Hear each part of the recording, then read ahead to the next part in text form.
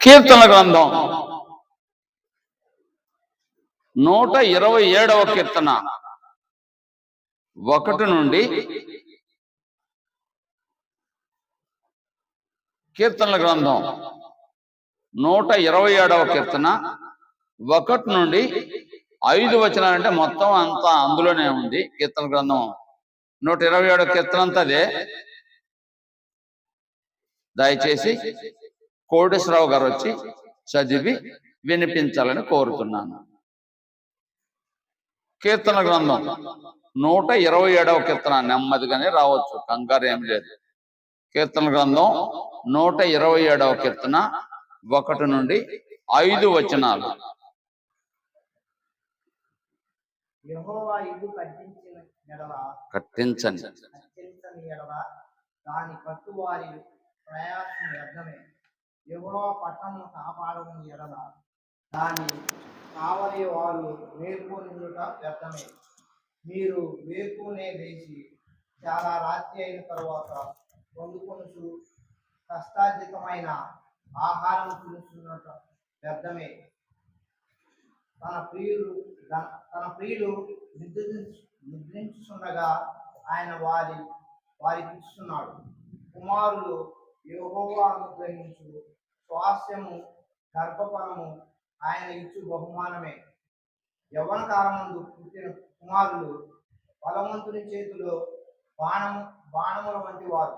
వారితో తన అంబుల పొది నింపుకునేవాడు ధన్యుడు. అట్టి వారు సిగ్గుపడక గుమ్మములో తమ విరోధులతో వాదించు. చక్కగా చదివారు, వందనాలండి. ఇక్కడ భక్తుడు మాట్లాడుతున్న మాట ఏంటంటే, ఇశ్రాయేలు కుటుంబం ఎలా ఉంటుందో, ఇశ్రాయేలుకి దేవుడు ఏం చేస్తాడో ఆ కీర్తన ద్వారా భక్తుడు తెలియచేస్తున్నాడు. ఇశ్రాయేలు కుటుంబం ఎలా ఉంటుందో, ఇశ్రాయేలుతో దేవుడు, దేవునితో ఇశ్రాయేలు ఎలా ఉంటారో, అని బంధుత్వం ఎలా ఉందో తెలియచేసే కీర్తనే ఇది. 2 మాటలు మనం నేర్చుకోవడానికి ప్రయత్నం చేద్దాం. అందులో మొదటి మాట, యెహోవా ఇల్లు కట్టించని ఎడలా, ఇల్లు కట్టించని ఎడలా దాన్ని కట్టువారి ప్రయాస వ్యర్థము అంటాడు. ఇల్లు కట్టేది ఎవరు? దేవుడా, మనమా కట్టుకునేది ఇల్లు? నిజం చెప్పండి, ఇల్లు కట్టేది ఎవరు? ఏం చెప్పరు? మీరు ఇల్లు కట్టుకోలేదా? మనమే కట్టుకుంటాం. ఇది మన ఇంటిని గురించి మాట్లాడడం లేదు, అది గుర్తుపెట్టుకోవాలి. మరి ఏ ఇల్లు? దేవుని ఇల్లు. దేవుని ఇల్లు కట్టాలంటే ఎవరు పడితే వాళ్ళే కడుతున్నారు. ఇవాళ ప్రపంచంలో ఎవరు ఇష్టం వచ్చినట్టు వాళ్ళు ఏది పడితే అది కడుతున్నారు దేవుని ఇల్లు అని.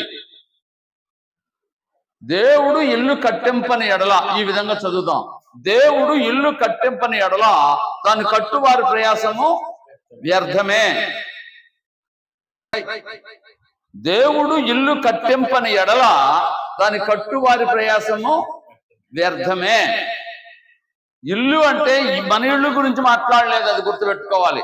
రెండవ మాట, దేవుడు పట్టణమును కాపాడని ఎడల దాని కావలి వారు మేలుకొనియునుట వ్యర్థమే. అంటే ఇల్లు అంటే దేవుని మందిరం అని అర్థం. పట్టణము అంటే దేవుడు నివాసం ఉన్నటువంటి పట్టణము యెరూషలేము అని అర్థం. ఈ మాట గుర్తుపెట్టుకోవాలి. మన పట్టణాన్ని గురించి కానీ మన ఇంటిని గురించి గ్రంథంలో చెప్పలేదు. మరి ఏమయ్యా అంటే దేవుని ఇల్లు, దేవుని పట్టణము. పాత నిబంధన కాలంలో అంటే ఇశ్రాయేలు కాలంలో దేవునికి ఒక ఇల్లు ఉంది. క్రొత్త నిబంధన కాలంలో కూడా దేవునికి ఇల్లు ఉంది. ఆ ఇల్లు, ఆ పట్టణం ఏంటో తెలుసుకుని ముందుకు సాగుదాం. ఇవాళ మనం నేర్చుకునే పాఠం ఏమంటే లేఖనానుసారమైన కుటుంబము. లేఖనానుసారమైన కుటుంబము, గుర్తుపెట్టుకోండి పాఠం పేరు లేఖనానుసారమైన కుటుంబము, లేదా దేవుడు కోరిన కుటుంబము.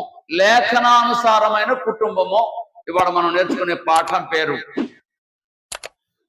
లేఖనానుసారమైన కుటుంబము. కొద్దిసేపు దేవుని గ్రంథంలో నుంచి కొన్ని మాటలు వినడానికి, నేర్చుకోవడానికి ప్రయత్నం చేద్దాం. దేవుని ఇల్లు అంటే ఏం చెప్తుందో 69వ కీర్తన 9వ వచనం. నీ కొరకు కనిపెట్టుకుని వారికి 9వ వచనం. నీ ఇంటిని గురించిన ఆసక్తి నన్ను భక్షించి ఉన్నది. చాలండి. నీ ఇంటిని గూర్చిన ఆసక్తి, నీ ఇంటిని గూర్చిన ఆసక్తి, మరలా చెప్తాను ఈ మాట, నీ ఇంటిని గూర్చిన ఆసక్తి నన్ను భక్షించి ఉన్నదని ఇక్కడ రాయబడింది. అదే మాటని యేసు ప్రభు వారు దేవాలయాన్ని బాగు చేస్తుంటే, శుభ్రం చేస్తుంటే, లేదా అక్కడ ఉన్నటువంటి అపవిత్రను తొలగిస్తుంటే ఆ శిష్యులు ఏం జ్ఞాపకం చేసుకున్నారో గుర్తుందా? యోహాను రాసిన సువార్త 2వ అధ్యాయము. యోహాను రాసిన సువార్త 2వ అధ్యాయము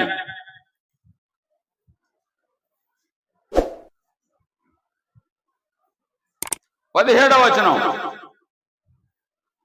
యోహాను రాసిన సువార్త 2వ అధ్యాయము 17వ వచనం. ఆయన శిష్యులు, యేసు ప్రభు శిష్యులు, నీ ఇంటిని గురించిన ఆసక్తి, నీ ఇంటిని గూర్చినటువంటి ఆసక్తి నన్ను భక్షించుచున్నది అని వ్రాయబడి ఉన్నట్టు జ్ఞాపకము చేసుకొనిరి. నీ ఇంటిని గూర్చిన ఆసక్తి నన్ను భక్షించుచున్నది అనే మాట వ్రాయబడింది కదా కీర్తన గ్రంథంలో. అలాగే ఉంది కదా దేవుని మందిరాన్ని గురించి యేసు ప్రభు వారికి ఎంత శ్రద్ధ, ఎంత ఆసక్తి అని యేసు ప్రభు శిష్యులు జ్ఞాపకం చేసుకున్నారు. సందర్భం ఏంటి? దేవాలయంలో ఎక్కడ ఉండవలసినవి అక్కడ ఉండడం లేదు, ఎలా ఉండవలసినవి అలా లేవు. అందుకే అప్పుడప్పుడు నేను సంఘంలో క్రమశిక్షణ గురించి మాట్లాడుతూ ఉంటే కొంతమంది అలుగుతూ ఉంటారు. సరిచేసుకోకపోగా, దిద్దుబాటు చేసుకోవడం చేతనవ్వక ఆయన ఏంటి అలా చెప్తారు, నా గురించే చెప్పారు అనేటువంటి భావన కూడా కొందరికి ఉంటుంది. ఒకవేళ నీకు ఆ మాట తగిలినట్లయితే, అయ్యా నాతో మీరు మాట్లాడుతున్నారు దేవా, నేను మార్పు చెందడానికి సహాయం చేయమని మార్పు చెందడానికి ప్రయత్నం చేయాలి. ఇదిగో యెరూషలేముకి వచ్చారు యేసు ప్రభు వారు మందిరానికి వస్తే అక్కడ ఏమేమి ఉన్నాయంటే, ప్రపంచ దేశాలన్నిటి నుంచి వస్తారు అక్కడ పండుగకి. ప్రపంచ దేశాల నుంచి వస్తే అక్కడ డబ్బులు ఇక్కడ మారవు, చెల్లవు. ఏమైనా కొనాలంటే మరి ఏం చేయాలి? అక్కడికి వచ్చి అక్కడే రూపాయలని డాలర్లుగా లేకపోతే రూపాయలని దీనారుగా మార్చే వాళ్ళు ఉన్నారు. అక్కడ ఇశ్రాయేల్ దేశం మందిరంలోనే పెట్టారంట ఆ షాప్, బ్యాంకు లాగా. అక్కడ ఆ పని చేస్తున్నారు. అది ఎక్కడో బ్యాంకు దగ్గర జరగాల్సిన పని ఎక్కడ జరుగుతుంది? దేవాలయంలో జరుగుతుంది. గువ్వలు అమ్మేవారు, పౌరాళ్ళు అమ్మేవారు, రూకులు మార్చేవారు, వగేరా వగేరా దేవుని మందిరంలో జరుగుతూ ఉన్నాయి. అందుకని ప్రభు ఏం చేశాడంటే ఆ బల్లలు పడద్రోసి ఆ రోకలు మార్చేవారు రోకల్ని తీసి అవతలకు పడేసి, అయ్యా ఇది దేవుని మందిరము, ఇక్కడ ఎలా ఉండాలంటే దేవుని నివాసం లాగా ఉండాలి, మీరేంటి వ్యాపారపులుగా దొంగల గుహగా చేశారని యేసు ప్రభు వారు కోపడ్డారు మన మీద. అప్పుడు శిష్యులు ఆ సంగతిని జ్ఞాపకం చేసుకున్నారు. యూద మత నాయకులు ఎంతమంది ఉన్నారు అక్కడ? వారందరూ ఏం చేయలేదు, దేవుని మందిరంలో జరగవలసిన తీరుగా జరగకపోతుంటే ఏం చేయలేదు, ఖండించలేదు. సరిగదా దేవుని మందిరంలో దేవుని మందిరంలాగా జరగకపోతా ఉంటే, వ్యాపారం జరుగుతుంటే దానికి సహకారులుగా ఉన్నారు. అందుకే ప్రభు మాత్రమే ఆ పని చేశారు. అది ఇంతగా నా మాట అర్థమైందా? నీ ఏంటది? ఇంటిని గురించిన ఆసక్తి అంటే ఇల్లు అంటే ఏంటది? దేవుని మందిరము అనే సంగతి మర్చిపోకూడదు. అలాగే హెబ్రీ పత్రిక 6వ అధ్యాయం 3వ అధ్యాయము 6 హెబ్రీ పత్రిక 3వ అధ్యాయము 6వ వచనం చదివితే అక్కడ మరో మాట వ్రాయబడింది. హెబ్రీ పత్రిక 3వ అధ్యాయం 6వ వచనం. అయితే క్రీస్తు కుమారుడై ఉండి యేసు ప్రభు వారు దేవుని కుమారుడై ఉండి ఆయన ఇంటి మీద నమ్మకంగా ఉన్నాడు. ఆయన ఇంటి మీద నమ్మకంగా ఉన్నాడు అంటే ఈ ఎవరిల్లు? దేవుని దేవుని ఇల్లు. ఇంటి మీద నమ్మకంగా ఉన్నది ఎవరో? యేసు ప్రభు వారు. ఆయన ఏమై ఉన్నాడు? దేవుని కుమారుడయ్యండి. చాలా మంది కుమారులు ఉంటారండి, చాలా మంది కుమారులు ఉంటారు. గుర్తుపెట్టుకోండి, కుమారులందరిలో ఎక్కడో ఒకరు మాత్రమే నమ్మకస్తులుగా ఉంటారు, దోచుకునే వారు ఉంటారు. కుమారులు అవకాశం కోసం చూస్తారు, అవకాశం దొరికితే దోచుకుంటారు. వారు కుమారులు అనబడరు, దోచుకునేవారు అనబడతారు. గుర్తుపెట్టుకోండి, దేవుని ఇల్లంతటిలో నమ్మకస్తుడు ఎవరు? మోషే, పాత నిబంధన కాలంలో. ఆ తర్వాత దేవుని ఇంటిలో నమ్మకస్తుడు ఎవరు? యేసు ప్రభు వారు. దేవుని ఇల్లు అంటే పాత నిబంధనలో ఇశ్రాయేలీయులు, కొత్త నిబంధనలో మనమే. ఆయన చదువుదాం ఆ మాట. 3వ అధ్యాయము 6వ వచనం మరొకసారి చదువుదాం ఇంకా పూర్తిగా. ఆయన కుమారుడై ఉండి దేవుని ఇంటి మీద నమ్మకముగా ఉన్నాడు. ధైర్యమును నిరీక్షణ వలని ఉత్సాహమును తుదమట్టుకు స్థిరముగా చేపట్టిన ఎడల మనమే ఆయన ఇల్లు దేవుని ఇల్లు. పాత నిబంధనలో ఇశ్రాయేలు దేవుని ఇల్లు, క్రొత్త నిబంధనలో మనమే దేవుని ఇల్లు. ఇది కీర్తన గ్రంథం 127వ కీర్తనలో యెహోవా ఇల్లు కట్టింపని ఎడల అంటే దేవుడి ఇల్లు అంటే దేవుని మందిరం. యెహోవా పట్టణమును కాపాడని ఎడల అంటే యెరూషలేము అనే సంగతి మర్చిపోకూడదు. రైట్, ఇది లేఖనాన్ని చదువుకున్న భాగాన్ని మనం జ్ఞాపకం చేసుకున్నాం. అసలు విషయానికి వస్తాను. మంచి కుటుంబం ఏర్పడటానికి, మంచి కుటుంబం నిర్మించుకోవడానికి, లేదా లేఖనానుసారమైన కుటుంబం నిర్మించుకోవడానికి ఏమి అవసరమో గ్రంథం ఏం తెలియచేస్తుందో, గ్రంథం అంటే బైబిల్ ఏం తెలియచేస్తుందో కొంచెం ఒక్కొక్కటి తెలుసుకోవడానికి, నేర్చుకోవడానికి, ఆచరించడానికి, మంచి కుటుంబం కట్టుకోవడానికి ప్రయత్నం చేద్దాం. ముఖ్యంగా తల్లులారా, కుటుంబం నిర్మించేది మీరు జాగ్రత్తగా వినండి.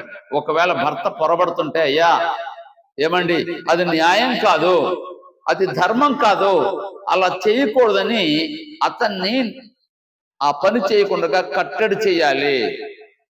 నీకు కావాల్సిందైతే బ్రతిమాలి లేదా ఏడ్చి అతని దగ్గర అనుమతి పొంది సంపాదించుకుంటావు, అది మంచిదే, తప్పు కాదు.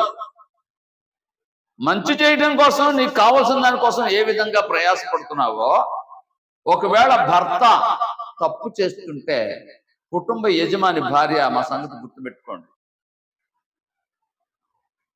ఆవిడ ఏం చేయాలంటే, ఇదిగో నాకు ఇష్టం లేదు ఈ పని, ఇది న్యాయం కాదు, ఇది ధర్మం కాదు, ఇది లేఖనానుసారంగా లేదు, ఇది మనం చేయకూడదని చెప్పి నీ భర్తకు నువ్వు చెప్పుకొని సరి చేసుకోవాల్సిన అవసరం నీకుంది. ఒకవేళ అలా చెయ్యకపోతే తీర్పులో నిన్నే ప్రశ్నిస్తాడు. అతనిటు తప్పులో ఉన్నాడు, అతనికిటు శిక్ష ఉంటుంది. నీవు ఆ శిక్షలో నీవు కూడా పాలి భాగస్తురాలవు కాకుండా జాగ్రత్త పడాలి.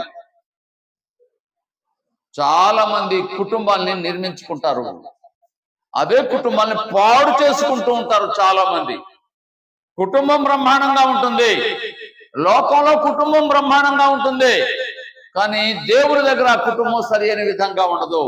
లేఖనానుసారమైన కుటుంబం అంటే దేవునికి ఇష్టమైన కుటుంబం. ఇవాళ మనం నేర్చుకోబోయే మాట. జాగ్రత్త.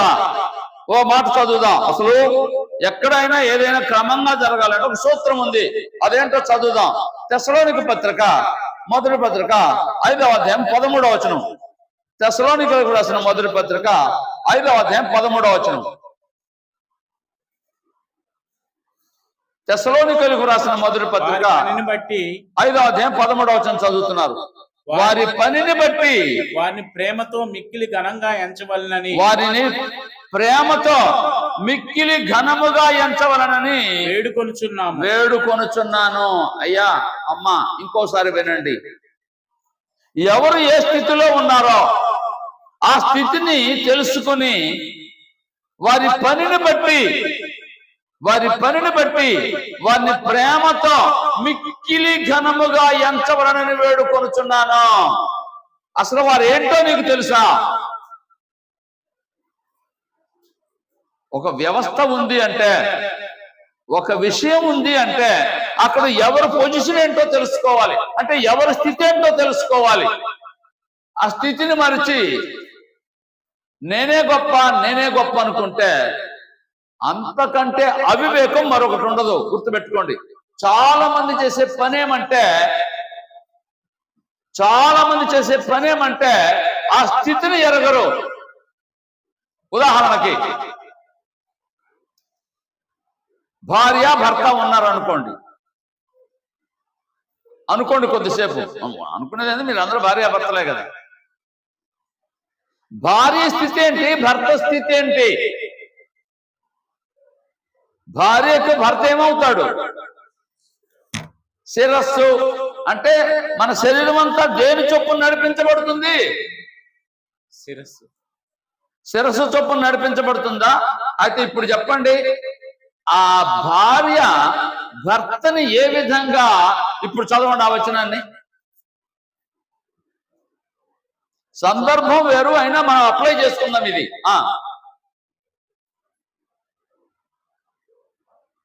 నేను చదవా? వారి పనిని బట్టి వారిని ప్రేమతో మిక్కిలి ఘనముగా ఎంచవలనని వేడుకొనుచున్నాను. ఎంతమంది గౌరవించేవారు ఉన్నారు? తరువాత మాట, మరియు ఒకరితోనొకడు సమాధానంగా ఉండుడి. అసలు కుటుంబాలంటే దేనితో ముడివేయబడతాయి అంటే సమాధానంతో ముడివేయబడతాయి. సమాధానం లేకుండా కుటుంబం కాదు, యంత్రానికి కుటుంబానికి తేడా ఏంటంటే యంత్రానికి అవసరం లేదు అవన్నీ. కుటుంబానికి అవసరం ఏంటి మీకు అర్థం కావడానికి చెప్తాను. ఒక గోడ నిలబడింది అనుకోండి, గోడ దేంతో కడతారు? మామూలుగా ఇటుకలతో కడతారు, రాళ్లతో కడతారు, ఇటుక రాళ్ళు అంటారు. ఆ గోడ నిలబడాలి అంటే ఏం కావాలి? మధ్యలో బంధం కావాలి. ఏంటి ఆ బంధం? సిమెంట్ అనే బంధం. అలాగే కుటుంబం సరైన విధంగా ఉండాలి అంటే ప్రేమ అనే బంధం చేత సమాధానం కలిగించి ఐక్యత కలిగి కాపాడుకుంటూ మనం ముందుకు సాగాలి. మరలా చెప్తానమాట, ఒకరితో ఒకరు సమాధానముగా ఉండు, ఒకరితో ఒకరు సమాధానముగా ఉండు. చేసేవి తప్పులు అలుగుతూ ఉంటారు. తప్పు చేసినప్పుడు అలగటం కాదు చేతనవ్వాల్సింది, దిద్దుబాటు చేసుకోవాలి.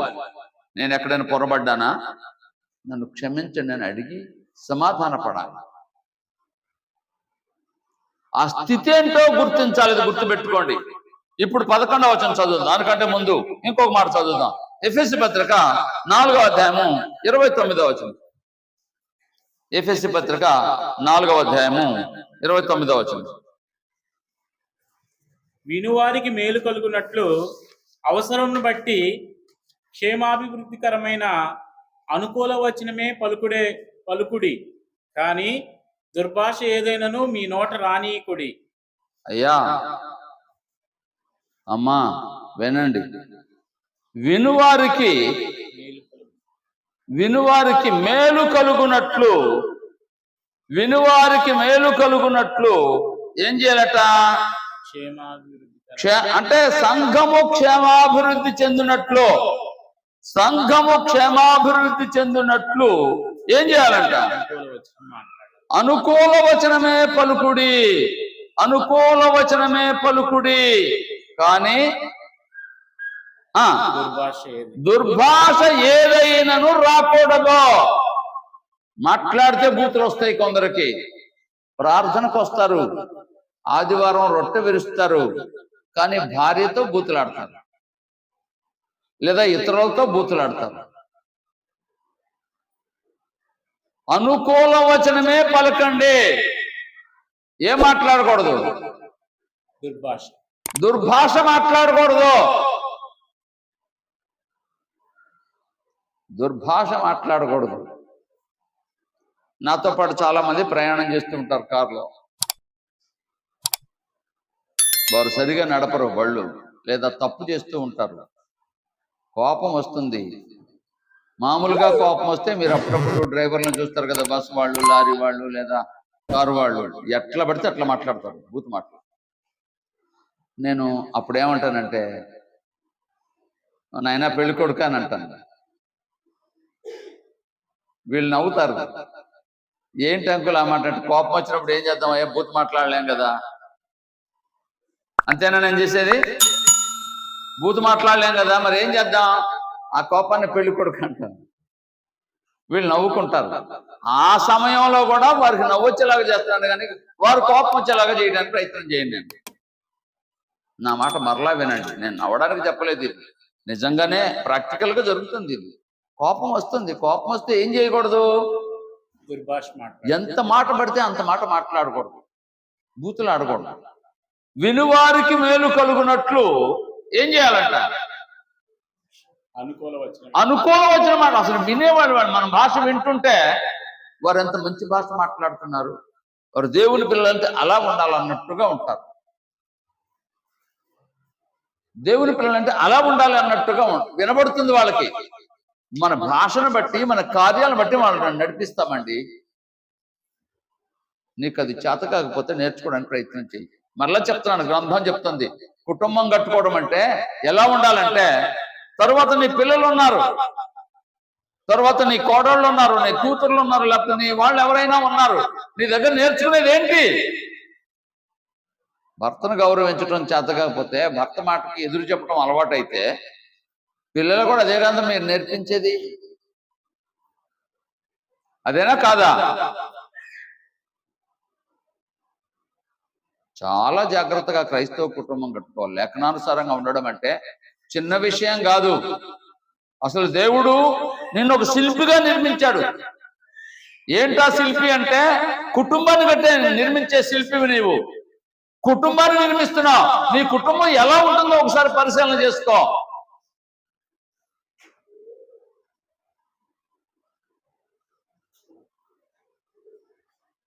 మరొక మాట విందాం. తెస్సలోనిక పత్రిక మొదటి పత్రిక 5వ అధ్యాయం 11వ వచనం. తెస్సలోనికలో రాసిన మొదటి పత్రిక 5వ అధ్యాయం 11వ వచనం. కాబట్టి మీరు ఇప్పుడు చేయుచున్నట్టుగానే ఒకనికి ఒకడు ఆదరించి. అయ్యా అమ్మ వినండి, చాలా మందికి అలవాటు ఏంటో తెలుసా? నేను నా కుటుంబం ఎవరు ఎటుపోయినా పర్వాలేదు. నేను ఒక మాట చెప్తాను, బాధపడొద్దు మీరు. మా అమ్మాయికి వివాహ సంబంధం చూడమన్నారు అనుకోండి, మా అబ్బాయికి వివాహ సంబంధం చూడమన్నారు అనుకోండి, మనం సహకరించడం తప్ప గొప్ప మీరు చెప్పండి? చాలా మందికి తప్పుగా అనిపిస్తుంది. ఎందుకు తెలుసా? ఒకవేళ అది సరిగా లేకపోతే మనల్ని అంటారు అనే ఆలోచనతో, అంటే ఇది సరైన ఆలోచన అంటారా? మీరే ఒకవేళ అటువంటి స్థితిలో ఉంటే మీరేం చేస్తారు? మీకు తెలిసిన వాళ్ళందరినీ సహాయం అడుగుతారా లేదా? డబ్బులు ఇవ్వమని కాదు. ఎక్కడైనా మంచి అబ్బాయి ఉంటే చెప్పండి, మంచి అమ్మాయి ఉంటే చెప్పండి అంటారు. అంటే అర్థం ఏంటి? చెప్పి సహకరించమనే కదా. ఎవరో ఒకరు చెప్పి సహకరిస్తేనే కదా మీ పిల్లలకు పెళ్లిళ్ళు అయినాయి, డబ్బులు ఇవ్వకుండా. అయితే మనం ఎందుకు చేయకూడదు అలాగా? ఎందుకు తప్పుగా ఆలోచించాలి? వాళ్ళకి బాగా లేకపోతే మన మీదకి వస్తారని వాళ్ళ విషయాలు వాళ్ళకి వీళ్ళకి తెలియజేసామనుకోండి, ఇష్టమైతే ఇస్తారు, ఇష్టమైతే చేసుకుంటారు. అవునా కాదా? మధ్యలో నువ్వు వాడు మంచివాళ్ళని చెప్తే, వీళ్ళు మంచివాళ్ళని చెప్తే నీకు తెలియకపోయినా అప్పుడు నీ మీదకి నేరం వస్తుంది. మాకైతే తెలియదు. మా డేవిస్ వివాహ విషయంలో ఒక పాస్టర్ గారు మధ్యవర్తిగా ఉన్నాడు. మా సంగతి వాళ్ళకి చెప్పాడు, వాళ్ళ సంగతి మాకు చెప్పాడు. తర్వాత మీరే మాట్లాడండి పాస్టర్ గారు అన్న. ఆయన ఏమన్నాడు తెలుసా? అయ్యా, మీ సంగతి వాళ్ళకి చెప్పాను, వాళ్ళ సంగతి మీకు చెప్పాను, మీరు మాట్లాడుకోండి, మధ్యలో నన్ను ఇరికించొద్దు. అతని దగ్గర ఏమైనా తప్పుందా? అలా మనం ఎందుకు చేయకూడదు? కాబట్టి ఇతరులకు సహాయపడేలాగా ఉండాలి మనం. చాలా మందికి తెలియదు, తెలియకపోయినా చెప్పినా వినరు. అర్థం చేసుకోవాలి మనం.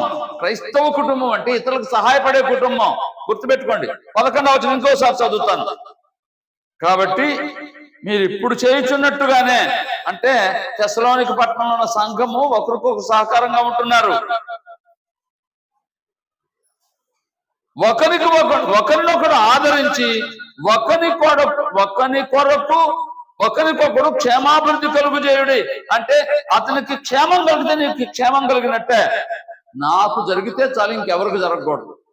నీ స్వభావం సరైనది కాదు, మార్చుకో. నీ ఆలోచన సరైనది కాదు, మార్చుకో. ఒకవేళ కరెక్ట్ గా ఉంటాను ప్రయత్నం చేస్తే ఎక్కడ లోపాలు జరగవండి. ఒకవేళ అన్నారనుకోండి, నువ్వు మంచి చేయాలని చేశావు, ఒకవేళ చెడు నీకు మీదకి వచ్చింది అనుకోండి, నష్టం ఏంటి? పరలోకం నుంచి భూమి మీదకి వచ్చారు యేసు ప్రభు వారు. ఆయన మంచి ఉద్దేశంతో వచ్చారా, చెడ్డ ఉద్దేశంతో వచ్చారా? మంచి ఉద్దేశంతో వస్తే ఆయన ఏమన్నారు, ఏం చేశారు? మాటలు అన్నారా, అనలేదా? అనడమే కాదు, దూషించడమే కాదు, సిలువ కప్పగించి చంపారు. ఒకవేళ ఆయన ఇలాంటి జరుగుతుంది అనుకోండి, రాకపోతే, ఇలా జరుగుతుందని రాకపోతే నీ పరిస్థితి ఏంటి? ఒకసారి ఆలోచించు. అమ్మా, అయ్యా, నేను ప్రేమతో మనవి చేస్తున్నాను, ఇతరులకి సహాయపడేలాగా నీ మాట, నీ కార్యం ఉండాలి. ముందుగానే అక్కడ ఏదైనా జరుగుతుందేమో.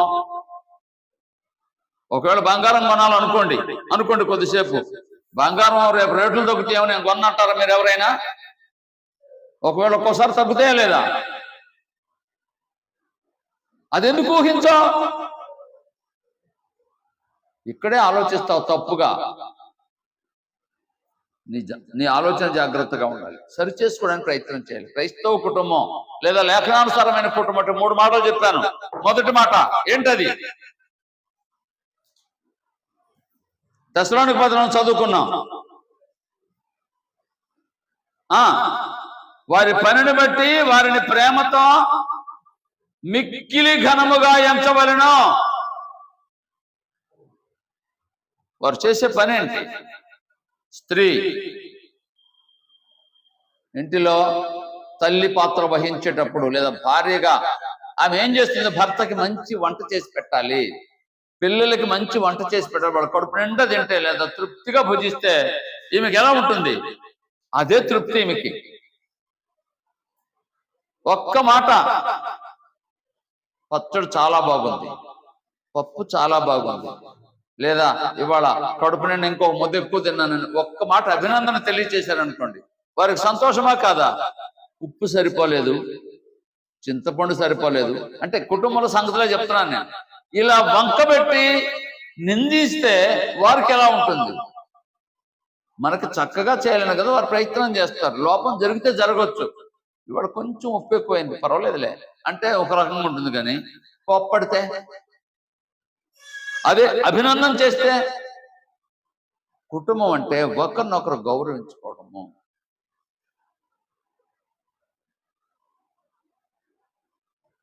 అంతేకాదు, కుటుంబం అంటే ఇప్పుడే మనం చెప్పుకున్నాం ఏంటది?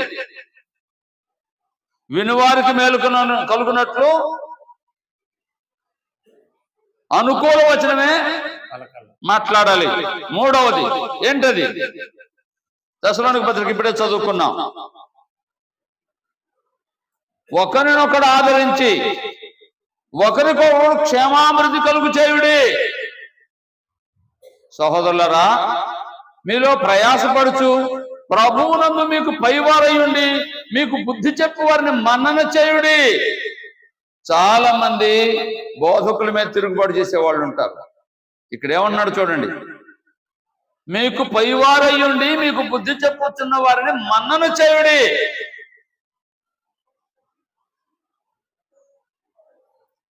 తిరుగుబాటు చేయటం కాదు, విధేయత కనబరచాలి. పిల్లలు తల్లిదండ్రులకు లోబడాలి. అలాగే ఆయా స్థితిని బట్టి వారు మనకున్న పైన వారు ఏంటని తెలుసుకొని వారికి లోబడి వారిని గౌరవించాలి. రైట్, మరొక మాట విందాం. అదేంటంటే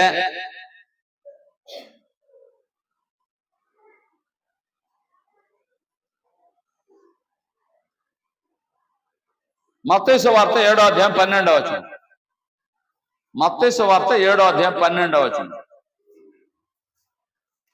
చాలా సార్లు చెప్పాను, మరలా చెప్తున్నాను. కావున మనుష్యులు మీకు ఏమి చేయవలనని మీరు కోరుదురో, మనుషులు మీకు ఏమి చేయవలనని కోరుదురో అలాగుననే మీరును వారికి చేయడి.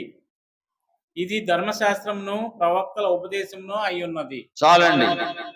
యేసు ప్రభువారు మాట్లాడుతూ ఇతరులు మీకు ఏం చేయాలని కోరుకుంటారో, ఇతరులు మీకు ఏం చేయాలని కోరుకుంటారో ఒకవేళ వారు మీకు చేస్తేది, మీరు అనుకున్నది వారు చేస్తే మీకు సంతోషమా కాదా? సంతోషమే. అలాగే నేను మీకు చెప్పేది ఏంటంటే వారు ఏదో చేయాలని కాకుండా వారు మీకు చేయాలని మీరు కోరిన విధంగా వారు ఏం కోరుకుంటున్నారో వారికి చేయడానికి మీరు ప్రయత్నం చేయండి. నా మాట అర్థమైందా? మీరు కోరుకునేది వారు చేయడం కాదు, వారు కోరేది మీరు చేయండి. మనుషులు మీకేం చేయాలని మీరు కోరుకుంటారో అంటే మీరు కోరినట్టు వారు చేస్తే మీకు సంతోషం కలుగుతుంది. ఇప్పుడు యేసు ప్రభు చెప్పేది ఏంటంటే వారు కోరినట్టుగా మీరు చేస్తే అప్పుడేం జరుగుతుంది? వారు సంతోషిస్తారు. చాలా మందికి ఎదుటి వారు సంతోషించడం, ఎదుటి వారిని సంతోషపెట్టడం చేతనవదు. వారిని సంతోష పెట్టాలి, ఎదుటి వారిని సంతోష పెట్టాలి. ఒకవేళ మీరు పిల్లలు ఉన్న ఇంటికి వెళ్తే, చిన్న పిల్లలు ఉన్న ఇంటికి ఏదైనా ఒక చిన్న బిస్కెట్ తీసుకువెళ్ళారు అనుకోండి, వాళ్ళకి సంతోషంగా ఉంటుందా లేదా?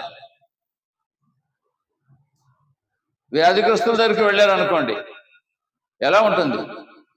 వాళ్ళు వచ్చిపోయారంటే వచ్చారు, ఊరికి చేతులు ఊపుకుంటా వచ్చిపోయారు అంటారు. చేతులు ఊపుకోకుండా కట్టేసుకొని వస్తారా అంటే అర్థం ఏంటి? అవసరతలో ఉన్న వాళ్ళకి ఏదైనా సహాయం చేయలేదు అని.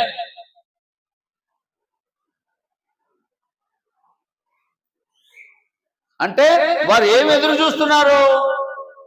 వృద్ధులు కానీ, రోగులు కానీ, పిల్లలు కానీ ఎవరో వచ్చి ఏదో సహాయపడతారని ఎదురు చూస్తూ ఉంటారు. మనం ఏం చేయాలి? కనీస ధర్మం అండి. నాకు తెలిసిన ఒక సువార్థికుడు ఉన్నాడు తిరుపతి పట్టణంలో. మీకు ఎప్పుడైనా అవసరమైతే అక్కడికి వెళ్ళినప్పుడు ఫోన్ చేయండి, నంబర్ ఇస్తాను. ఎక్కడెక్కడి నుంచో పెద్ద హాస్పిటల్ ఉంది కదా తిరుపతిలో, ఎవరెవరో వెళ్తారు. వెళ్ళేటప్పుడు బ్రదరు నేను తిరుపతి వెళ్తున్నాను, అక్కడ మన వాళ్ళు ఎవరైనా ఉన్నారంటే చెప్పండి అంటే నేను చెప్తాను. అక్కడ వెళ్ళిన తర్వాత వాళ్ళు ఫోన్ చేస్తే వెళ్ళి పరామర్శిస్తారు హాస్పిటల్కి. పరామర్శించడమే కదా, అవసరమైతే వాళ్ళకు భోజనం పంపిస్తాడు. వాళ్ళు తిరిగి వచ్చిన తర్వాత బ్రదర్ మీరు చెప్పారు, నేను అటువంటి ప్రేమ కలిగిన వారిని ఎవరిని చూడలేదండి అని చెప్తుంటారు వాళ్ళు వచ్చి. అలా మనం ఎందుకు ఉండకూడదు? అలా మనం ఎందుకు ఉండకూడదు? అయితే సంఘానికి తెలియకుండా చేస్తారు కొన్ని పనులు, తెలియకుండా చేసి ఎదురు చూస్తూ ఉంటారు. చెప్పకపోయినా వాళ్ళు రావచ్చు కదా అని. చెప్పకుండా ఎలా తెలుస్తుంది? నాకు తెలిసిన ఒక యవనస్తుడు ఉన్నాడు, ఎవరు తెలియకుండా గప్చుప్పున ఆపరేషన్ చేయించుకున్నాడు. ఇంటికి పెడితే ఇలా జరిగిందని చెప్పాడు. మన సోదరుడికి ఇలా జరిగిందని ఇంకొకరితో చెప్తే వాళ్ళు పోయి పరామర్శిస్తే మీకెవరు చెప్పారు, నేను ఎవరు తెలియకూడదు అనుకుంటే అని అన్నాడు. అంటే బాధపడే వాళ్ళు కూడా ఉంటారు. అటువంటిప్పుడు తెలియకుండా మనం వెళ్తే ఇబ్బంది పడతారు కొందరు. కాబట్టి చెప్పవలసిన బాధ్యత ఉంది, అప్పుడు మాత్రం మనం చేయాలి. అది గుర్తుపెట్టుకోండి. నీ మనసులో ఏదో ఉంచుకొని నాకు సహాయపడలేదంటే ఎవరు ఏం చేయలేరు కదా. మీ మనసులో ఏముందో మనకు తెలియదు కదా. నా మాట మరలా వినండి, యేసు ప్రభువు చెప్పిన మాట, ఇతరులు మీకు ఏం చేయాలని కోరుతారో అలాగే వారికి మీరు చేయండి అంటే వారు కోరుకున్నట్టుగా మీరు చేయడానికి ప్రయత్నం చేయండి. వారు ఆలోచన ఎరిగి మీరు వారికి సహకరించండి అన్నట్టుగా పరిశుద్ధాత్ముడి ద్వారా మాట్లాడుతున్నాడు యేసు ప్రభువు. రైట్, మరో మాట విందాం. యాకోబు పత్రిక 1వ అధ్యాయం 19వ వచనం. అంటే సంఘంలో గురించి మాత్రం మాట్లాడట్లేదు, భార్య భర్త గురించి, భర్త భార్య గురించి మాట్లాడుతున్నాను నేను ఇక్కడ. పిల్లల గురించి, పిల్లలు ఏం కోరుకుంటున్నారు? ఒకవేళ పిల్లలు అవసరానికి మించి కోరారు అనుకోండి, ఎందుకంటే వాళ్ళకి విషయాలు తెలియవు, వాళ్ళకి విషయాలు తెలియకుండా మా డాడీ దగ్గర డబ్బులు ఉన్నాయి కదా, 1 కోటి రూపాయలు పెట్టి ఇల్లు కట్టొచ్చు కదా అని అనుకుంటున్నారు అనుకోండి. ఎవరైనా ఉన్నాయి, అవసరమా? అవసరమైతే కట్టిస్తాడు కదా తండ్రి లేదా తల్లి. ఎక్కువగా కోరుకుంటే అది చేయడం కాదు, అవసరాన్ని చేయటం. అది నేను అనేది, అవసరాన్ని బట్టి చేయాలి. అప్పు అడుగువాని నుంచి నీ ముఖం తిప్పుకోవద్దన్నాడు. నాకు తెలిసిన ఒక సువార్థికుడు ఉండేవాడు, ఇప్పుడు లేడు, చనిపోయాడు. బాగా డబ్బులున్న వాళ్ళు వచ్చి అడిగినా కానీ రండి పోదాం నేను ఇస్తానంటాడు. ఆయనకే తిండి లేదు. ఆయనకు ఛార్జీలకి నేను ఇస్తే ఆ ఛార్జీ కూడా ఆయనకి ఇచ్చేవాడు. వచ్చినాడు ఎవడన్నా అడిగితే మళ్ళా వచ్చేవాడు. సార్ ఇందాక ఒక అతను వచ్చి అడిగితే అతనికి డబ్బులు లేవన్నాడు, తిండికి లేదన్నాడు, నేను ఇచ్చాను సార్, నాకు సాయం చేయండి సార్ అనేవాడు. ఎవరు చెప్పారు అతనికి డబ్బులు లేవని అంటాను? అతను చెప్పాడు. అతను చెప్తే వినడమేనా, నమ్మడమేనా, నువ్వు చేయడమేనా? అంటే ఇచ్చేవాడు ఉంటే ఎవరైనా అడుగుతుంటారు. తెలుసుకొని అడగాలి. యేసుప్రభు ఇచ్చేసింది అది కాదు. నిన్ను అడుగుబాను నుంచి నీ ముఖము తిప్పుకోవద్దంటే నిజంగా అవసరతలో లేనివాడు అడిగితే, అవసరతలో ఉంటే తిండికి లేకపోతే సహాయం చేయి, అది దాని అర్థం. రైట్, మరొక మాట విందాం. యాకోబు పత్రిక 1వ అధ్యాయం 19వ వచనం. యాకోబు పత్రిక 1వ అధ్యాయం 19వ వచనం. నా ప్రియ సహోదరులారా, మీరు ఒక్క నిమిషం అందరిని తీసుకొని ఇవ్వండి. యాకోబు పత్రిక 1వ అధ్యాయం 19వ వచనం. ఇప్పుడు చదవండి. నా ప్రియ సహోదరులారా, నా ప్రియమైన సహోదరులారా, మీరు ఈ సంగతి ఎరుగుదురు, మీరు ఈ సంగతి ఎరుగుదురు కనుక ప్రతి మనుషుడు వినుటకు ఎగిరిపడువాడును. ఆగండి, వినుటకు కొంతమంది చెప్పేది వినరు, అసలు పూర్తిగా ఆకమునిపై అడ్డం చెప్పేవాళ్ళు ఉంటారు. చెప్పేది వినరు అంటే ఆ స్వభావాన్ని మార్చుకోవాలని నేను మనవి చేస్తున్నాను మీకు. చెప్పేది వినరు, అర్థం అంటే పూర్తిగా కూడా వినరు, మధ్యలోనే అడ్డం చెప్తూ ఉంటారు. దేవుడు చూస్తున్నాడు, గుర్తుపెట్టుకోండి. ఇంకొకసారి చదువుతాను, నేను చదువుతాను. నా ప్రియ సహోదరులారా, మీరు ఈ సంగతి ఎరుగుదురు కనుక ప్రతి మనుషుడు వినుటకు వేగిరపడువాడును. ఏంటంట? వినటానికి వేగి. ఏంటంట? వినాలి. అసలు వారు ఏం చెప్తున్నారో వినాలి. వినడానికి ఇష్టపడరు, చాలా మంది వినడానికి ఇష్టపడరు, విషయాన్ని వినడానికి ఇష్టపడరు. యేసుప్రభు కూడా అదే చెప్పాడు. మీరు నా మాట వినడం లేదు కదా అంటాడు. దేవుడు తన కుమారుడు భూమి మీదకు పంపిస్తే, దేవుడు తన కుమారుడు భూమి మీదకు పంపిస్తే, దేవుడు కుమారుడు భూమి మీదకి వచ్చి మాట్లాడుతుంటే ఎవరు వినలేదు? యూదులు వినలేదు. ఎందుకని వినలేదు? ఆయన చెప్పేది సరైంది కాదనే భావన వాళ్ళలో ఉంది. చాలా మందికి నా భార్య చెప్పేది సరైంది కదా, ఆమెకు తెలియదులే, పిచ్చిదిలే, తిక్కలదలే అని భార్య మాట వినరు. అలాగే అతనికి ఏం తెలుసు, అతను తిక్కలోడు, అతనికి ఏం తెలియదు అని చెప్పి ఈవిడ కూడా అలా ట్రీట్ చేస్తుంది కొందరిని, భర్తల్ని. అంటే భార్యని తక్కువగా అంచనా వేసేవాళ్ళు ఉన్నారు, భర్తను తక్కువగా అంచనా వేసేవారు ఉన్నారు.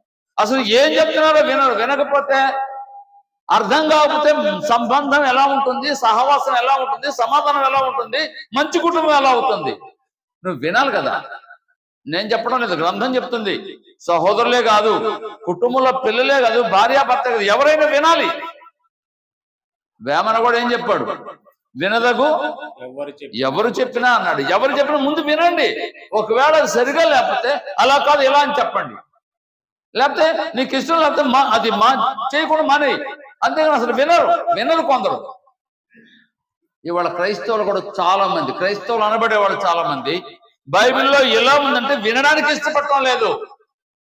నేను కూడా యేసుప్రభుని నమ్మాను కదా, నేను కూడా క్రైస్తవ మతంలో ఉన్నాను కదా అని అంటున్నారే కానీ గ్రంథం ఏం చెప్తున్నారు కొంచెం చెప్పండి అనేవాళ్ళు లేరు. ఆయన ఏం చెప్తున్నాడో విందామని ఈమె అనుకోదు, ఆవిడేం చెప్తుందో విందామని ఈయన అనుకోడు. సమస్య అలా పరిష్కారం అవుతుంది. వినడానికి అలవాటు చేసుకోవాలి. వినుటకు వేగిరపడివాడును మాటలాడుటకు నిదానించువాడును అయి ఉండవలనని నేను చెప్తున్నాను అంటాడు. వినాలి. నేను 2 మాటలు చెప్పాను. మొదటి మాట ఏంటది? వారు ఏం కోరుకుంటున్నారో తెలుసుకోవాలి.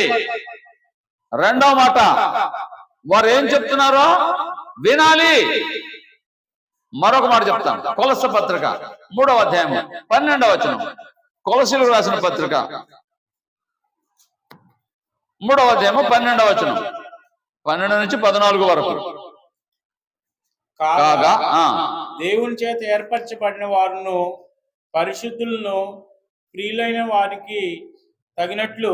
ఆగండి, ఈ మాట మీకు అర్థమైంది కదా?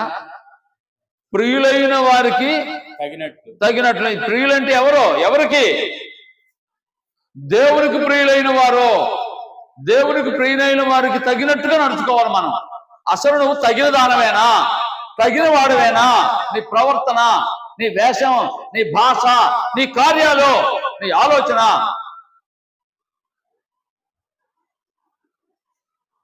ప్రియులైన వారికి తగినట్టుగా. మీరు జాలిగల మనసును, అంటే తగినట్టు అంటే ఏంటో చెప్తున్నాడు. జాలిగల మనస్సును, దయాళుత్వమును, వినయమును, సాత్వికమును, దీర్ఘశాంతమును ధరించుకున్నాడు. అంటే మనం ఏమేం ధరించుకోవాలో అమ్మలారా, అయ్యలారా జాగ్రత్తగా వినండి. తగినట్టుగా పరిశుద్ధులను ప్రియులైన వారికి తగినట్టుగా. అంటే తగిన వారు అంటే ఎవరో గ్రంథం చెప్తుంది. అంటే పరిశుద్ధులుగా ఉండడానికి తగిన వారు, దేవునికి పిల్లలు అని చెప్పుకోవడానికి తగిన వారు, దేవునికి ప్రియులుగా ఉండడానికి తగిన వారు ఎలా ఉంటారో చెప్తున్నాడు గ్రంథం.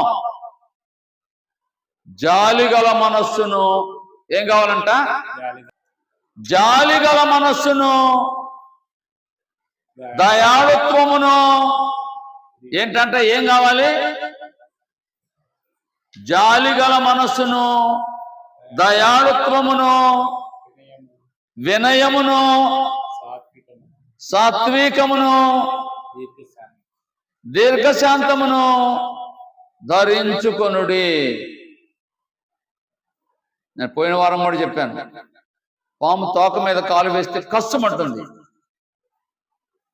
కాటు వేయడానికి ప్రయత్నం చేస్తుంది. ఒకవేళ అవతల పొరపాటు జరిగినా వెంటనే కష్టమంటం కాదు మనం నేర్చుకోవాల్సింది. మరలా చదువుతాను, నేను చదువుతాను. జాలిగల మనస్సును, దయాళుత్వమును, వినయమును. వినయం ఎక్కడ ప్రదర్శిస్తారు? వినయం ఎక్కడ ప్రదర్శిస్తారు? అధికారుల దగ్గరికి వెళ్తే సాధారణమైన వారు ఏం చేస్తారు? అంటే నీకు వినయం లేదంటే అర్థం ఏంటి? అవతల వారు నాకంటే తక్కువ వారనే భావన ఉంటే వినయం ప్రదర్శించరు, అహం ప్రదర్శిస్తారు. అవతల వారు నాకంటే తక్కువ వారనే భావన ఉన్నవారు మాత్రమే అహం ప్రదర్శిస్తారు. వినయం ప్రదర్శించారంటే గ్రంథం ఏం చెప్పిందంటే ఒకరికంటే ఒకరు యోగ్యులని ఎంచండి. వారు ఎవరైనా సరే నీకంటే యోగ్యులు. నేను ఇందాక చెప్పాను, 119వ కీర్తన మొత్తం కంఠత చేసింది ఒక ఆవిడ. నేనేం చెప్పాను మీకు గుర్తుందా? ఆవిడ నాకంటే గొప్పది, యోగ్యురాలు. స్నేహితుడా, సోదరు, ఎప్పుడైనా ఆలోచించావా? ఆ పనిని బట్టి, వారి స్థితిని బట్టి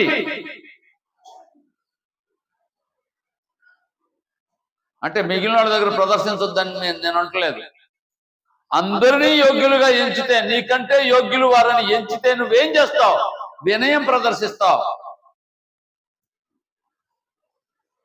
ఒక యవనస్తుడు తల్లి అన్న తండ్రి అన్న భయం లేదు. ఎందుకో తెలుసా? మంచి ఉన్నతమైన స్థితిలో ఉన్నాడు. ఉన్నతమైన స్థితిలో ఉన్నాడు. అతను ఎలా ఉన్నాడంటే ఆళ్ళదేముంది అని అన్నట్టుగా. అసలు నా తల్లిదండ్రులను చెప్పుకోవడానికి కూడా అతను సిగ్గుపడుతున్నాడు. ఎందుకంటే నేనున్న స్థితి ఏంటి? వారు ఎక్కడున్నారు, నేను ఎక్కడున్నాను, అక్కడి నుంచి నేను వచ్చాను అనుకోవడం లేదు. అతను వినయం లేదు. చాలా మంది ఉన్నారు అటువంటి వారు. మీరు కనబడకపోవచ్చు, అంతరంగంలో ఉందేమో అటువంటి స్వభావం. తగ్గించుకోవడానికి ప్రయత్నం చేయండి. రైట్, మరొక మాట విన్నాం అక్కడే. ఎవడైనను తనకు హాని చేసినని అనుకుని ఎడల ఒకని ఒకడు సహించుచు ఒకరినొకడు క్షమించుడి. ఏం చేయాలంట? నీకు కీడు చేశాడు, లేదా హాని చేశాడు, లేదా ఇబ్బంది పెట్టాడు, నువ్వేం చేయాలి? చెప్పరేమి? క్షమించాలంటే ఎలాగో చెప్తున్నాడు తర్వాత మాటలో. అదే ఉంది. ఎవడైనాను తనకు హాని చేసినని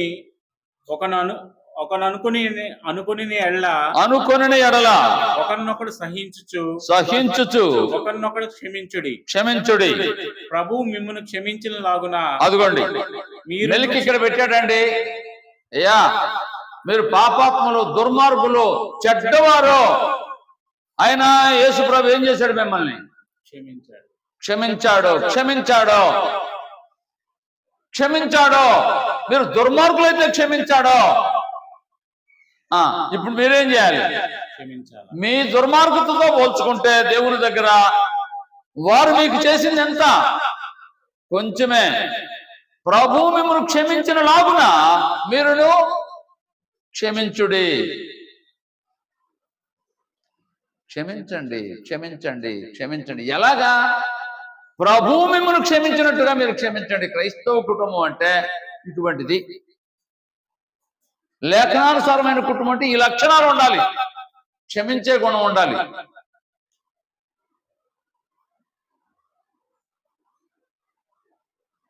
స్త్రీల్లో చాలా మంది, అంటే మీరు కాదులే, భర్త ఏమని అన్నాడు అనుకోండి, నేను మరలా చెప్తున్నాను మీరు కాదని, ఆ రోజు భోజనం వండదు. ఏం చేసింది? క్షమించలేదు. క్రైస్తవ కుటుంబం అది కాదు. క్రైస్తవ లక్షణాలు కాదు అవి. మరలా చెప్తున్నాను. ప్రభువు మిమ్మను, ఇంకోసారి నేను చదువుతాను అన్నమాట. ప్రభువు మిమ్మను క్షమించిన లాగున మీరును క్షమించుడి. ప్రభువు మిమ్మల్ని క్షమించలాగున మీరును క్షమించుడి. అంటే యేసు ప్రభు క్షమించాడు కదా మనల్ని. నువ్వెందుకు క్షమించవు క్రైస్తవురాలు అయితే? నువ్వెందుకు క్షమించవు క్రైస్తవుడు అయితే? నేను కాదు అంటున్నావా? కానప్పుడు ఇంకెందుకు యేసు ప్రభు నీకు? లేఖనానుసారమైన కుటుంబం అంటే ఈ లక్షణాలు ఉండాలి. మరొక మాట విందాం. ఎఫెసీ పత్రిక, ఇదే కొనసాగిద్దాం.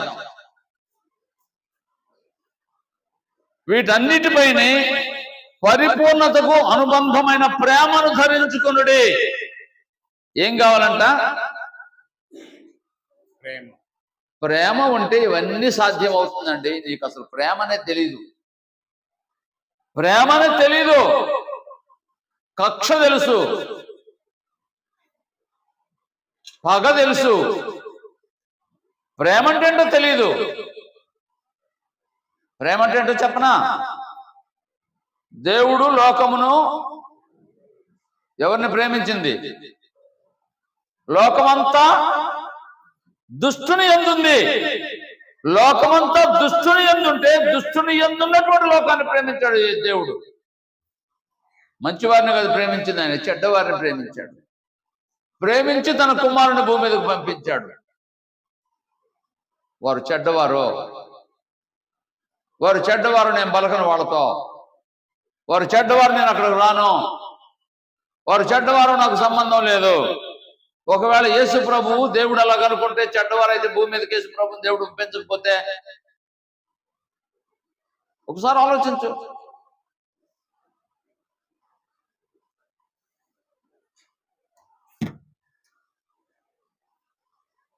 మా ఎదురుగానే ఇక్కడ ఖాళీ స్థలం ఒకప్పుడు 20 సంవత్సరాలకు వెనక ఒక వృద్ధురాలు 80+ లేదా 75+, ఉదయాన్నే లేచి పనులు చేసి పాలు బితుకుతుంది.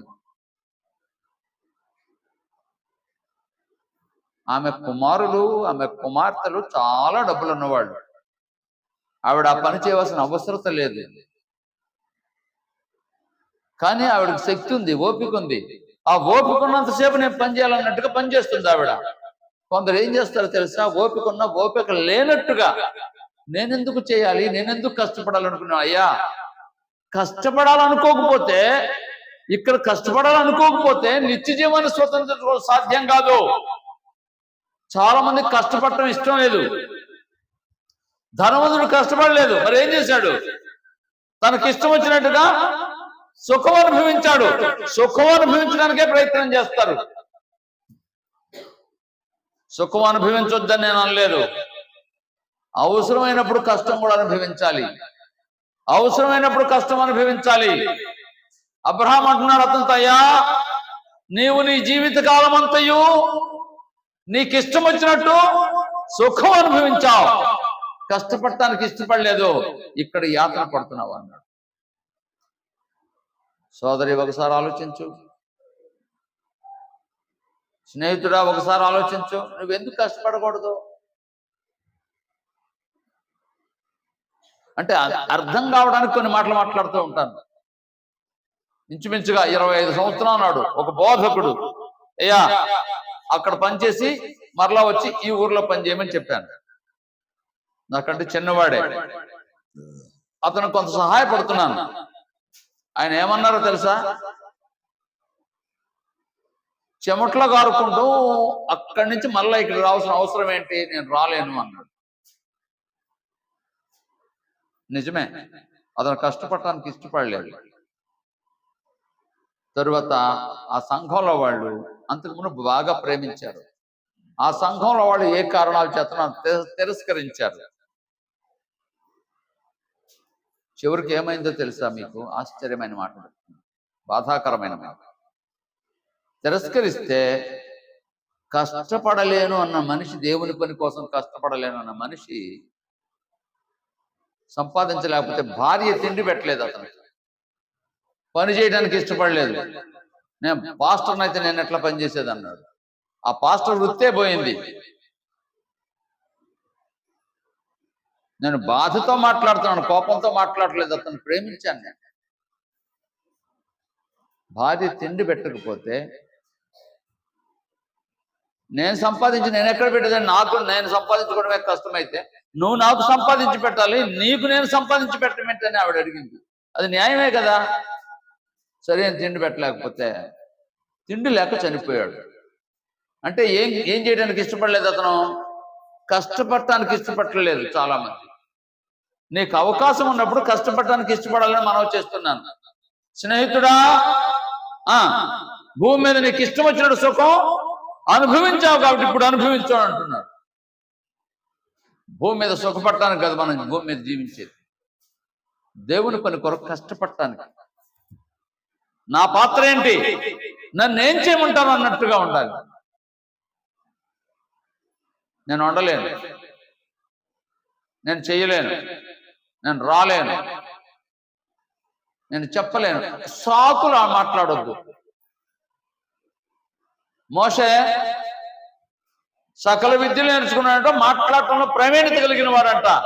మోషే ఇలా రమ్మంటే ఏమన్నాడు? నేను నత్తివాడిని అయ్యా అన్నాడు. నత్తివాడా? ఇర్మియా ఇలా రమ్మన్నాడు దేవుడు, అయ్యా నేను బాలుడు అన్నాడు. బాలుడా? కాదు, సాకులు. కానీ దేవుడు విడిచిపెట్టలేదు, పని చేసుకున్నాడు దేవుడు ఇర్మియా ద్వారా, మోషే ద్వారా.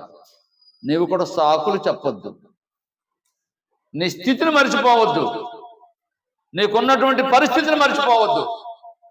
నీకు అవకాశం ఇచ్చాడు దేవుడు. గొప్ప భాగ్యాన్ని ఇచ్చాడు. అది ఏదైనా కావచ్చు. నీకు ఇవ్వబడిన దాన్ని సద్వినియోగం చేసుకో. దాచిపెట్టొద్దు. దాచిపెట్టినాడు ఏమయ్యాడు? అది కూడా తీసివేసి ఇంకొకరికి ఇచ్చాడు. దాచిపెట్టడం కాదు నువ్వు చేయవలసింది. మరేం చేయాలి? ఉన్నదాన్ని వినియోగించుకోవడం నేర్చుకోవాలి. క్రైస్తవ కుటుంబం అంటే, లేఖనానుసారమైన కుటుంబం అంటే ఈ లక్షణాలు ఉండాలి. అమ్మా, అయ్యా, ఒకవేళ నీ దగ్గర లేకపోతే ఈ రోజే వాటిని ధరించుకోవడానికి ప్రయత్నం చేయండి. ధరించుకోవడానికి ప్రయత్నం చేయండి. మరొక మాట చదువుదాం. ఎఫెసీ పత్రిక 4వ అధ్యాయం 15వ వచనం. ఎఫెసీ పత్రిక 4వ అధ్యాయం 15వ వచనం. ప్రేమ కలిగి సత్యం చెప్పుచు క్రీస్తు వలె ఉండుటకు మనం అన్ని విషయముల్లో ఎదుగుదుము. అయ్యా, ఆ మాట చదువుతుంటేనే వినడానికి శ్రవణానందంగా లేదు.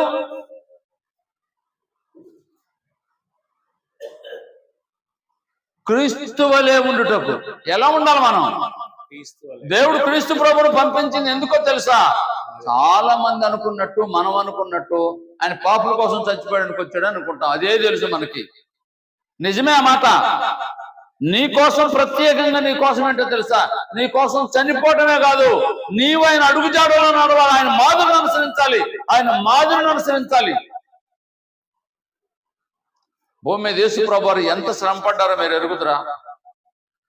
నువ్వు ఎప్పుడైనా ఆ కోణంలో ఆలోచించావు? అసలు ఎప్పుడు లేచేవారు? చాలా చీకటి ఉన్నప్పుడు. అంత అవసరం ఆయనకి. మనం ఎప్పుడు లేస్తాం అంటే ఆరోగ్యపరంగా కొందరికి బాగలేకపోతే అది వేరే విషయం. నీకు అవకాశం ఉన్నప్పుడు ఎందుకు సరైన విధంగా ప్రవర్తించవో నిన్ను నీవు ఆలోచించుకో. క్రీస్తు ప్రభు మాదిరిని అనుసరించాలంటే, పరలోకం వెళ్ళాలి అంటే, యేసు ప్రభు మనకు మాదిరి అయితే ఆయన ఎప్పుడు గందరకాయ లేచాడా? ఆలస్యంగా లేచాడా? ఎప్పుడైనా ఆయన ఆలస్యంగా లేచినట్టు మీరు గ్రంథంలో చదువుతారా? చాలా చీకటి ఉన్నప్పుడు లేచి ఎన్ని పనులు చేశాడో రోజుకి, ఎన్ని స్థలాలు తిరిగాడో. ఈ రోజులాగా కారులు లేవు, బండ్లు లేవు. బహుశా ఆ యెరూషలేము వచ్చేటప్పుడు ఊరేగించడానికి మాత్రమే గాడిదనెక్కి, ఆ కంచెర గాడిదనెక్కినట్టు మనం చదువుతాం. కానీ ఇంకెప్పుడు ఆయన వాహనం మీద విన్నట్టు కనబడదు మనకి. సముద్రం దాటాలంటే వాడెక్కాడు, నడిచి వెళ్ళినట్టుగానే ఉంది. గలిలయ నుంచి యోదయకి బాప్తిసం పొందడానికి నడుచుకుంటూ వచ్చాడు. గలిలయ అంటే ఆ దేశంలో ఆ చివరు ఉంది, యోదయ అంటే ఈ చివరు ఉంది. యోదయ అక్కడి నుంచి ఇక్కడ నడుచుకుంటూ వచ్చాడు. నీకు దేవుడు అవకాశం ఇచ్చాడు. ఆనాడు యేసు ప్రభువుకు లేనటువంటి గొప్ప భాగ్యం నీకు ఇచ్చాడు. నువ్వు ఎందుకు దాన్ని వినియోగించుకొని దేవుని పని కోసం ప్రయాసపడవు? ఇంకోసారి నేను చదువుతాను. ఎఫెసీ పత్రిక 4వ అధ్యాయం 15వ వచనం. ప్రేమ కలిగి సత్యము చెప్పుచు క్రీస్తు వలె ఉండుటకు మనము అన్ని విషయములలో ఎదుగుదాము. ప్రేమ ఒక్కటే కదా, అన్ని విషయాల్లో ఎదగాలి. అసలు ప్రేమే లేదు నీకు. ప్రేమ ఉంటే అది ఎన్ని చేస్తావండి. ఎక్కడ ప్రేమ చూపాలో, ఎక్కడ కఠినంగా ఉండాలో, ఎక్కడ ఎలా ప్రవర్తించాలో తెలుసుకోవాలి.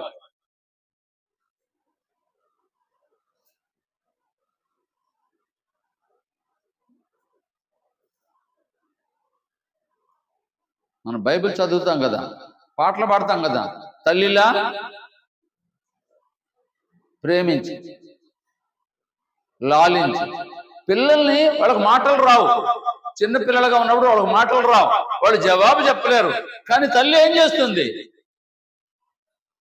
మీరు అందరూ పిల్లల్ని పెంచిన వాళ్ళే కదా, ఏం చేస్తుంది చెప్పండి? వాడికి రాకపోయినా మా నాయన, మా బంగారం ఎన్ని మాటలు మాట్లాడుతుందో వాడు విని ఆ మాటలతో, ఆ స్పర్శతో వాడు సంతోషిస్తాడు. ఆ బిడ్డ సంతోషిస్తుంది. నువ్వు అలా ఎప్పుడైనా సంతోషింపజేయడానికి ప్రయత్నం చేసావా? నిజంగా క్రైస్తవురాలు అయితే, క్రైస్తవుడు అయితే యంత్రంలాగా పనిచేస్తున్నావా? యంత్రంలాగా ఉండొద్దు. హృదయపూర్వకంగా పనిచేయ, దేవుని సంతోష పెట్టాలని. దేవుని సంతోష పెట్టాలని, ఎదుటి వ్యక్తిని సంతోష పెట్టాలని, కుటుంబాన్ని సంతోష పెట్టాలని. మాటలు కాదు, ఊరిక చేతలు ఉండాలి. ప్రేమ కలిగి సత్యము చెప్పుచు క్రీస్తువులెవరుటకు అన్ని విషయంలో ఎదుగుదము. క్రీస్తు ప్రభులాగా ఉండాలి మనం. అన్ని విషయాలు ఒక విషయమేనా? నన్ను వంట చేసి పెడతానండి, అదే నాకు చేతనవు. బట్టలు ఉతికి పెడతానండి, చాలు, ఇంకా రెండే నా పనులు కాదు. ఇంకా చాలా పనులు ఉన్నాయి, నువ్వు చేయగలిగినవి చాలా ఉన్నాయి. నాకు టైల్స్ వేయటమే వచ్చు, మిగిలిన పని నాకు రాదు.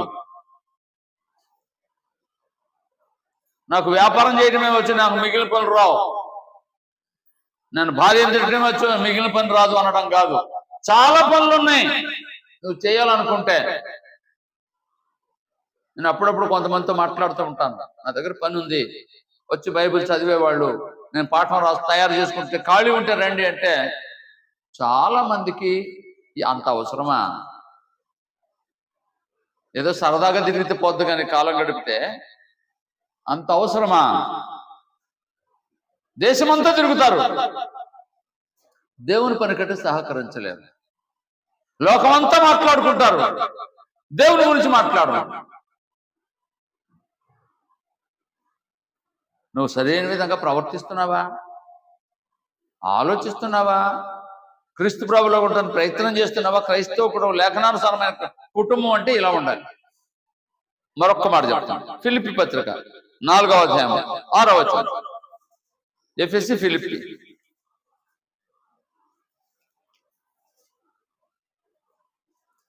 ఫిలిప్పీ పత్రిక 4వ అధ్యాయం 6వ వచనం.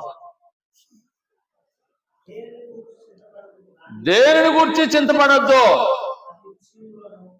మీరేమనుకోవద్దు, నన్ను గురించి నేను గొప్ప చెప్పుకోవడం కాదు.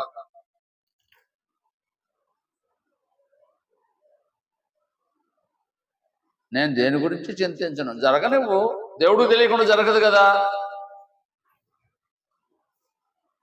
దేవుడు తెలియకుండా జరగదు కదా. ఒకవేళ జరిగితే దేవుడు తప్పించుకుని మార్గం కూడా ఇస్తాడు కదా.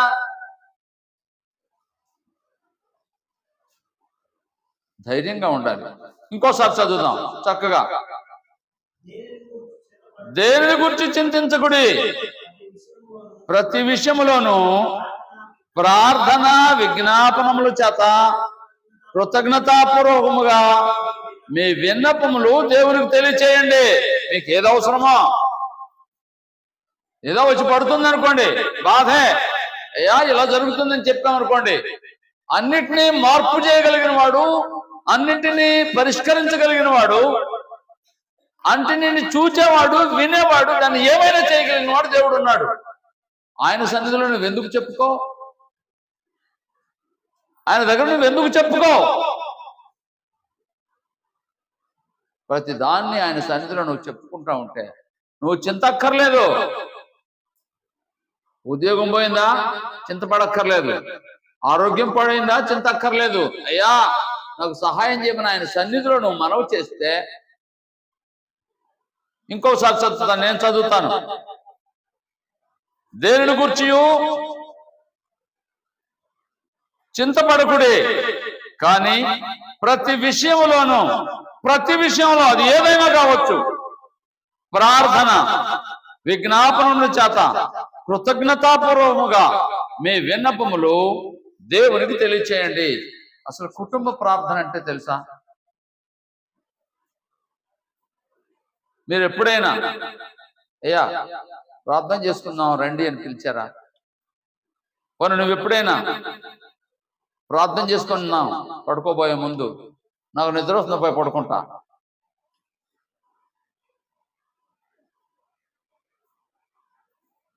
అంటే కలిసి ప్రార్థించే ఆలోచన, కలిసి చదివే ఆలోచన, కలిసి సమస్యని పరిష్కరించుకునే ఆలోచన నీకుందా? అలుగుతున్నావా?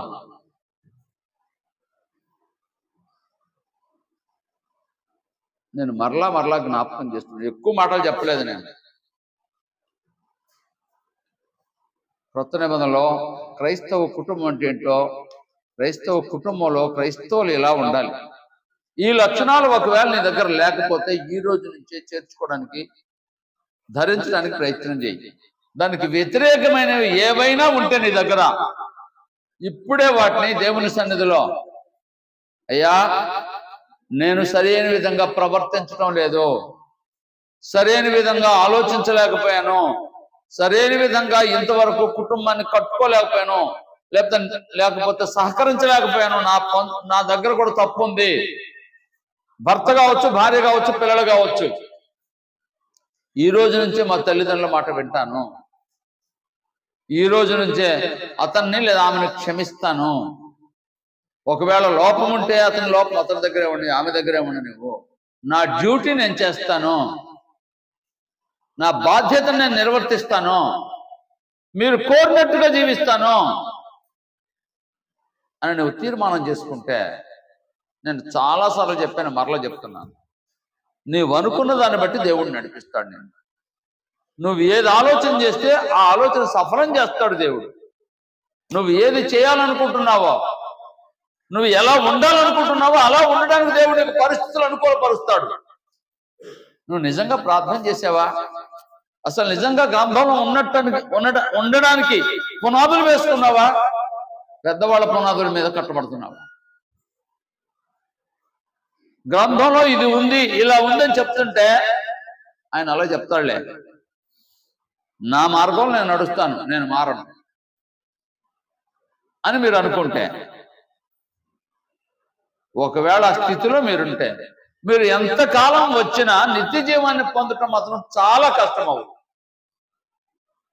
గ్రంథం ఏం చెప్పిందో నేను నడుచుకుంటాను, గ్రంథం చెప్పినట్టుగా నేను జీవిస్తాను, గ్రంథం చెప్పినట్టుగా నేను ఆలోచిస్తాను, మాట్లాడతాను, కార్యాలు జరిగిస్తానని నీ మనసుంటే, ఈరోజు తీర్మానం చేసుకుంటే, ప్రభు మాట్లాడుతుంటున్నాడు. అనేక మందితో ప్రభు మాట్లాడాడు. నీకు తెలుసా ఆ మాట? నీవు కోరినట్టు నీకు కలుగును గాక, నీవు విశ్వసించినట్టు నీకు జరుగును గాక. నమ్ముచున్నావా అంటే, అయ్యా నమ్ముచున్నాను. ఇది చేయగలను నమ్ముతున్నావా అంటే, అవునయ్య అంటే, అలాగే నీవు కోరినట్టే నీకు జరుగును గాక, నీ విశ్వసించినట్టు జరుగును గాక, నీ నమ్మిక చొప్పున నీకు కలుగును గాక అని యేసు ప్రభువు వారు మాట్లాడేవారు.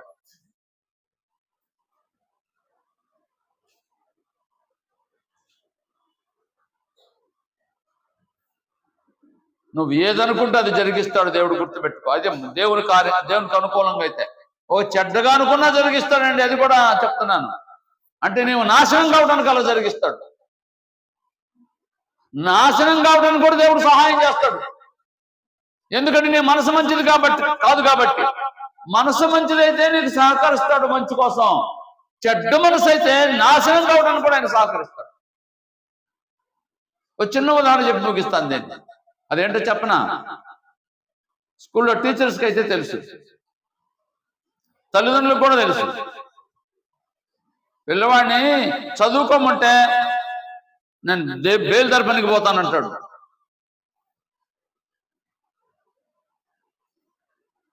లేకపోతే నేను కారు నడపడానికి పోతానంటాడు. ఏం చేస్తారు తల్లిదండ్రులు? ఆ టీచర్లు ఏం చేస్తారు? అయ్యా వాడికి ఎటు చదువు రాదు, ఆ పని చేయమన్నట్టు. తల్లిదండ్రులు ఏం చేస్తారు? వాడిని చదివించాలనుకుంటున్నారు, కానీ చదువుకోను ఈ పనికి పోతానంటే ఏం చేస్తారు తల్లిదండ్రులు? బలవంతం లేదు, నాశనం అయిపోతావురా, సరే నీ కర్మ అని అలాగే చేస్తారు. దేవుడు అంతకంటే, దేవుడి దగ్గర నుంచి వచ్చింది ఈ లక్షణం. నిన్ను బలవంతం చేయడు ఆయన. సరైన విధంగా ఆలోచించి గ్రంథంలో ఉన్నట్టుగా నడవాలని ప్రయత్నం నువ్వు చేస్తే నీ ప్రయత్నాలు సఫలం చేసేవాడు దేవుడు. అలా కాకుండా దేవునికి వ్యతిరేకంగా ఇష్టం వచ్చినట్టు మూర్ఖంగా, దుర్మార్గంగా, కఠినంగా, అవిధేయుడిగా ఉండడానికి నువ్వు ఆలోచన చేస్తే, నీ ఆలోచనలు ఉంటే అలా నాశనం కావడానికి కూడా విడిచిపెడతాడు నిన్ను. విడిచిపెట్టాడంటే సహాయం చేసాడు, అపవాదికి విడిచిపెడతాడు, వాడు వచ్చి నీకు సహాయం చేస్తాడు చెడిపోవటానికి. నువ్వు ఏ స్థితిలో ఉన్నావో, నేను మరలా చెప్తున్నాను, నువ్వు ఏ స్థితిలో ఉన్నావో ఆలోచన చేసుకొని మంచి తీర్మానం చేసుకో. అయ్యా మీ గ్రంథంలో కోరినట్టుగా క్రైస్తవురాలుగా ఉంటాను, క్రైస్తవుడుగా ఉంటాను, క్రైస్తవ కుటుంబం నిర్మించుకుంటాను, లేఖనానుసారమైన కుటుంబంలో ఉండడానికి ప్రయత్నం చేస్తాను, అటువంటి కుటుంబంలో ఉండడమే కాక అటువంటి కుటుంబం నిర్మిస్తానని ఈ రోజే నీవు తీర్మానం చేసుకొని ప్రార్థన చేస్తే నీ ప్రార్థన సఫలం చేస్తాడు. అలా ఉండాలని కోరుకుంటూ, ఒకవేళ లోపాలుంటే దిద్దుబాటు చేసుకోండి. ఒకవేళ అలా ఉంటే ఇంకా కొన్ని నేర్చుకోవడానికి, అలవర్చుకోవడానికి, ఆచరించడానికి, నిత్యత్వానికి వారసత్వం సంపాదించుకోవడానికి సహాయం చేయండి. శ్రద్ధగా విన్నందుకు మీ అందరికీ వందనాలు.